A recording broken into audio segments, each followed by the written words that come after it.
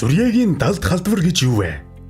Уушгины халдвартай хэлбэрийн сүрьетэй хүн ханиах, найтаах, ярих, дуулах үед сүрьегийн нян шүлсний жижиг туслуудаар агаарт цацагддаг.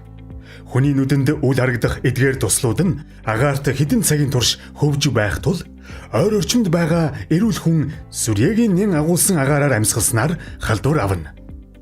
Хүн сүрьегийн нян агуулсан туслаар амьсгалсны дараа сүрьегийн нян нь гуурсан хоолоогоор дамжин уушгинд очиж сууршин үржиж эхэлдэг.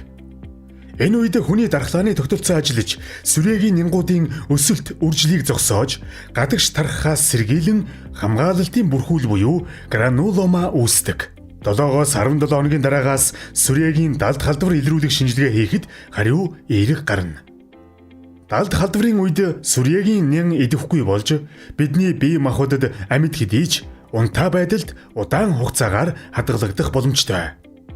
Хамгаалалтын бүрхүүл задарч сүрьегийн нян суллагдсанаар нян өсөж үржин уушгинд очиж уушгийг гэмтэн уушгины сүрье үүсгдэг. Зарим тохиолдолд сүрьегийн нян нь цусны урсгалд орж цусны эргэлтээр дамжин бусад эрхтэнд очиж уушгины бус сүрьег үүсгдэг байна. Сүрьегийн далд халдвартай хүн болгон сүрье өвчнөөр өвддөггүй.